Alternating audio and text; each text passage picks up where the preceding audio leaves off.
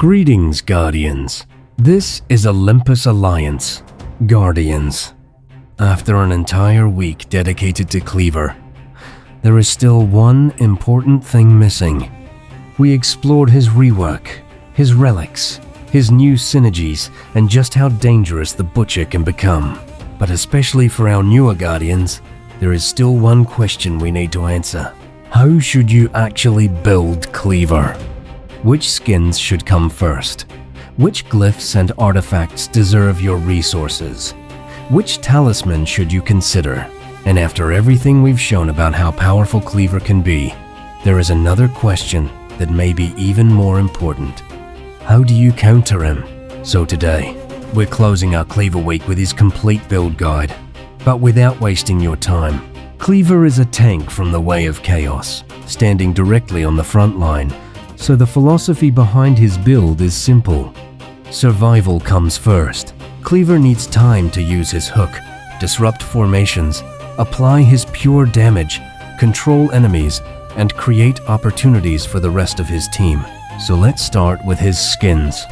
Cleaver currently has 6 skin stats available: physical attack, health, armor, magic defense, toughness, and strength from his default skin. Our first priority is armor. Cleaver lives on the front line, so giving him protection against heavy physical damage should come first. After armor, go for health. Health improves his overall durability against different sources of damage, and it also scales with parts of Cleaver's kit, making it an extremely valuable investment. Third comes strength.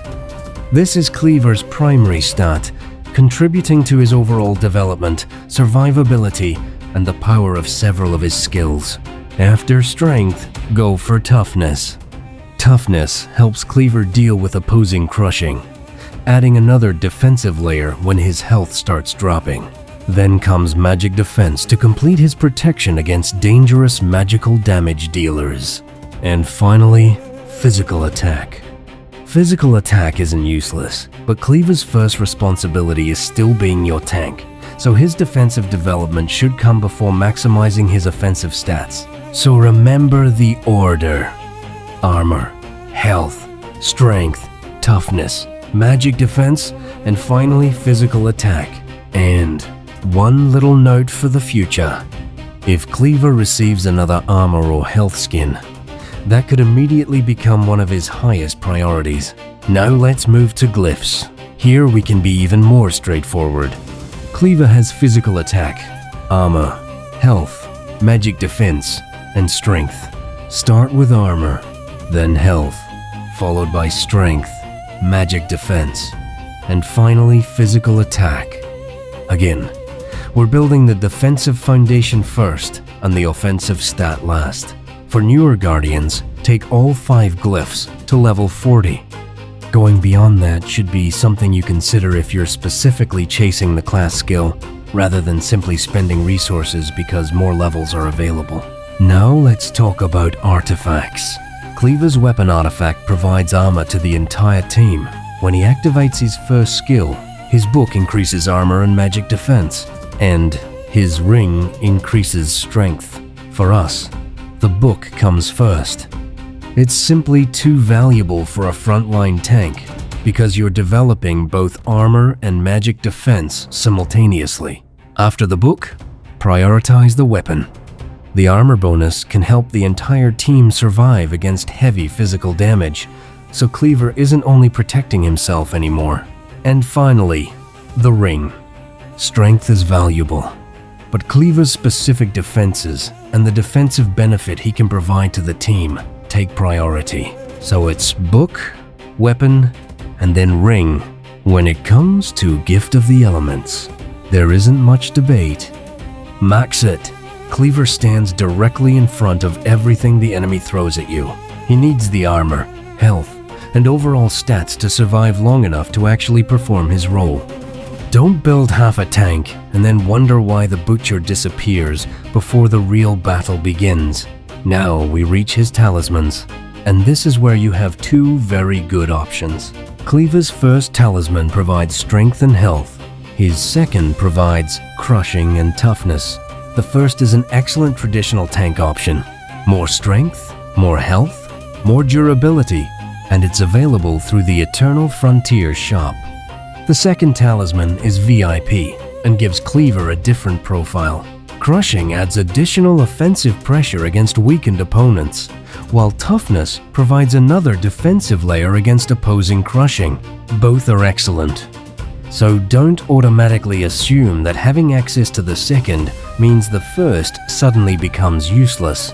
They're giving Cleaver different advantages, and your choice should depend on your account and what you want from him.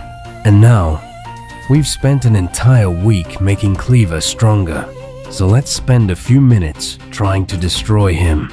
Because Cleaver may be extremely powerful after his recent improvements, but powerful doesn't mean unbeatable. Let's start with Dorian. This is a particularly interesting interaction because Cleaver's own hook can sometimes work against him. Cleaver wants to grab that distant backline hero and drag them directly into danger. But if that hero is Dorian, Cleaver can potentially bring Dorian's vampirism influence closer to the front line. Instead of creating an easy victim, Cleaver may actually help the opposing front line sustain itself. So always pay attention to who your Cleaver is going to pull. Then we have Andvari. Andvari's Living Earth protects allies against displacement and knock-up effects. That directly attacks one of Cleaver's defining mechanics. If Cleaver cannot pull the target he wants, he loses one of his best tools for breaking the enemy formation. Andvari doesn't need to kill Cleaver to counter him. He can simply prevent Cleaver from doing what he came there to do. Then we have Peppy together with Aurora. Peppy can place her shield on the frontmost ally, and when Aurora occupies that position, Cleaver can find himself in a very dangerous situation. Aurora's Rainbow Halo absorbs part of the magic damage she receives and can later punish nearby enemies with the absorbed damage. And Cleaver is standing exactly where he doesn't want to be when that happens, right beside her. Lian is another hero who can make Cleaver regret throwing that hook. When Cleaver tries to pull Lian forward, that interaction can result in Cleaver being charmed. So, instead of creating disruption for the enemy, Cleaver can end up disrupting himself. Somna creates a similar problem. If Cleaver attempts to pull her into the front line, she can turn him into a sheep. Again, we're using Cleaver's own desire to disrupt the backline against him. Then we have Electra. Electra can blind Cleaver, causing problems for his damaging attacks and reducing some of the pressure he wants to create from the front line. Martha is another very interesting answer, but for a completely different reason. Normally, Cleaver wants to pull a vulnerable backline hero forward because that hero doesn't belong beside him. Martha is different. She's a healer, but she's also extremely durable. If Cleaver pulls her forward, she can potentially withstand that frontline pressure while continuing to help keep her team alive. Sometimes the best counter to Cleaver's hook isn't preventing it. It's giving him someone he doesn't actually want to pull. And finally, Jorgen. Jorgen can target the frontline with his first skill and block Cleaver's energy gains for 9 seconds. And because Cleaver lives directly on the front line, this can delay his ultimate and reduce how quickly he's able to start disrupting your formation. So Guardians, that's the important thing to remember. There isn't one magical button that counters everything Cleaver does. Different heroes attack different parts of his mechanics. Dorian can potentially turn Cleaver's hook into an advantage. Andvari can stop the displacement.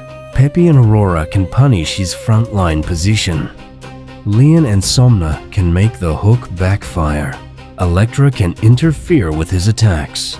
Martha can survive being dragged forward. And Jorgen can slow down his energy generation. And with that, I think we finally completed our week with the Butcher. We explored his new power. We tested his relics. We looked at his chaos synergies.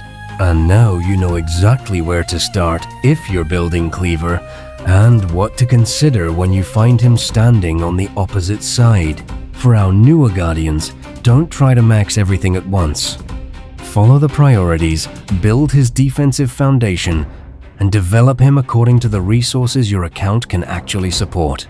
And for our veteran Guardians, tell us in the comments which Cleaver build you're currently using, and, especially, which counter has been working best for you. Because after spending an entire week with this monster, one thing is very clear. The Butcher is finally back where a hero like Cleaver deserves to be. Stay tuned, stay sharp, and as always, salute and friendship.